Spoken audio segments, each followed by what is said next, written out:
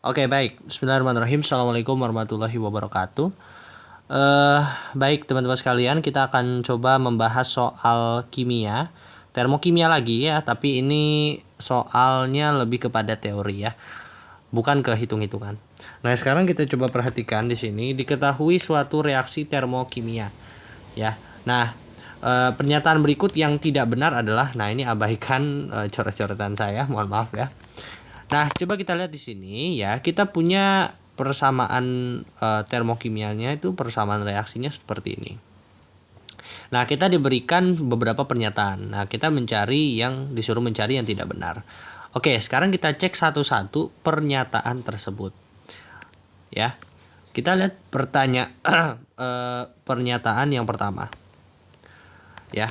Pernyataan yang pertama adalah delta H pembakaran S sama dengan min Y kilojoule. Sekarang kita lihat S plus O2 menjadi SO2 ini kan adalah reaksi ya, atau entalpi apa nih? Entalpi pembakaran. Entalpi pembakaran, ya benar ya. Kenapa? Pembakaran. Jadi entalpi pembakaran. Kenapa disebut sebagai entalpi pembakaran gitu ya? Karena si S ini direaksikan dengan O2 ya. Ingat bahwa reaksi pembakaran itu ciri-cirinya dia direaksikan dengan O2. Misalkan CH4 ditambah dengan O2, dia akan menghasilkan CO2 plus H2O. Nah, ini disebut dengan entalpi pembakaran. Atau reaksi pembakaran juga sama. Jadi ciri-cirinya itu kalau entalpi pembakaran, ciri-cirinya dia direaksikan dengan O2. Karena si SO2, si S ini, si belerang direaksikan dengan O2, maka dia termasuk entalpi pembakaran. Maka ya, entalpi pembakaran nilai delta H-nya selalu negatif. Negatif begitu. Nah, karena di sini nilainya negatif ya, negatif Y kilojoule, maka pernyataan yang A ini, pilihan A itu betul ya. Betul. Ya, ini betul, kita tandain betul. Karena dia adalah entalpi pembakarannya betul, dan nilainya pasti kalau entalpi pembakaran, perubahan entalpinya adalah negatif.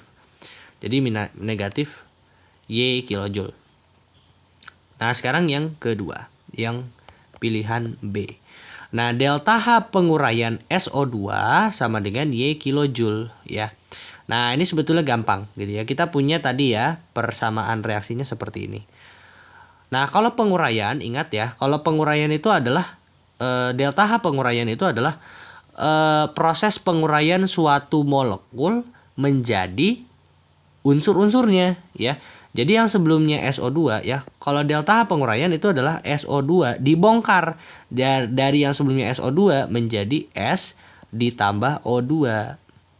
Ya, ini yang disebut dengan entalpi penguraian.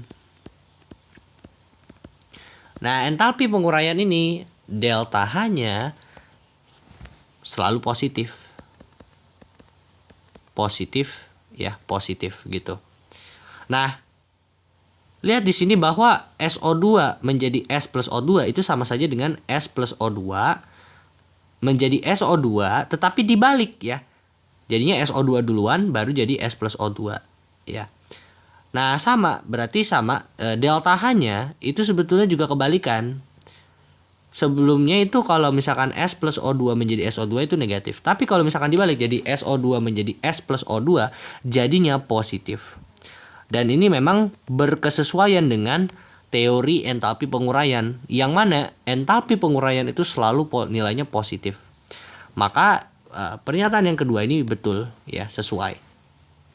Sekarang pilihan yang C.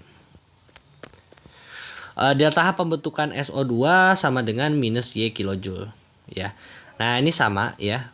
Kalau penguraian itu adalah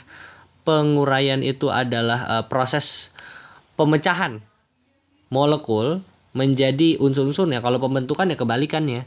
S ditambah O2 menjadi SO2. Nah, itu adalah delta H pembentukan SO2. Jadi pembentukan suatu molekul suatu molekul dari unsur-unsurnya. Jadi berangkatnya dari unsurnya menjadi molekul. Kalau yang B itu adalah molekul menjadi unsur. Nah, ini kita sebut sebagai entalpi pembentukan. Ya. Nah, sama ya seperti entalpi pembakaran, delta H-nya selalu negatif. Nah, karena di sini nilainya negatif Y kilojoule ya. Jadi nilainya negatif ya, berarti ini benar. Kalau misalkan positif baru dia salah gitu ya. Tapi karena ini negatif maka dia benar. Sekarang yang D ya. Pada pembentukan 2 mol SO2 dibebaskan kalor sebesar Y kilojoule gitu. Pada pembentukan 2 mol S2 ya. Berarti N-nya itu NSO2-nya itu adalah 2 mol. Misalkan kita mau mencari kalor yang dibebaskan itu berapa kilojoule. Nah, maka ya kita di sini kita bisa menggunakan delta H, rumus delta H sama dengan Q per N, min Q per N ya. Ini rumus umumnya ya, delta H sama dengan min Q per N. Kita ingin mencari kalor yang dibebaskan itu sebesar berapa, berarti yang mencari adalah Q. Oke, maaf, kita lanjutkan. Nah, kita bisa menganalisa ininya ya, menganalisa Q yang dilepaskan tuh berapa pakai rumus ini ya. Berarti kan ini cari Q ya. Berarti kalau misalkan kita ubah-ubah rumusnya jadinya Q sama dengan delta H min N dikali min N ya. Nah, min ini untuk gunanya sih apa sih? Sebenarnya gunanya untuk menunjukkan ya untuk menunjukkan reaksi itu bersifat eksoterm atau endoterm gitu.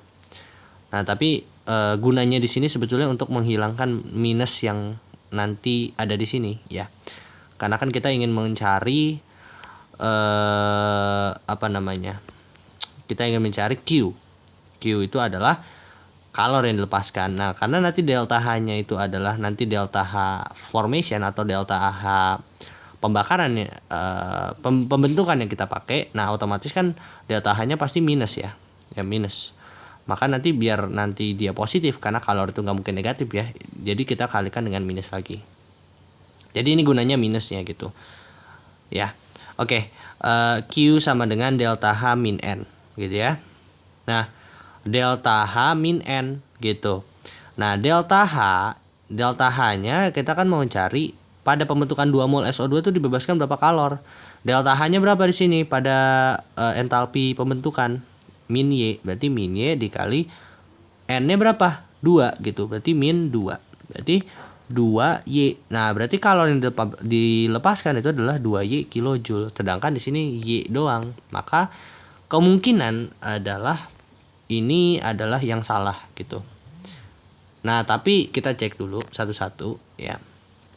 Sekarang yang E ya. Kita jadikan ini kandidat jawaban kita. Nah, sekarang yang E, pada pembakaran 16 gram S ya, belerang dengan AR belerang itu ada 32, dibebaskan kalor sebesar setengah Y kilojoule gitu. Oke, masih sama, kita pakai delta H min QN. Berarti Q sama dengan delta H min N ya. Berarti Q sama dengan delta H-nya berarti min Y dikali min N. N itu apa? Ya. N itu adalah ya gram per mr ya, gram per mr. Nah, didapat datanya adalah min Y dikali min gramnya berapa? 16 gram. MR itu ya karena di sini hanya terdiri dari satu senyawa ya, S ya. Satu unsur, berarti kita pakai ARS saja. Nggak harus MR. MR itu kan untuk molekul. Berarti di sini hanya karena itu hanya terdiri dari satu unsur, maka yang kita gunakan cuma si ARS. ARS berapa? 32. Berarti Q sama dengan minus-minusnya hilang, jadinya Y dikali setengah. Berarti setengah Y kilojoule yang dilepaskan. Apakah sesuai dengan pernyataan yang E? Ya, betul. Ya, berarti yang E ini pilihan yang benar. Maka yang salah adalah pilihan yang D.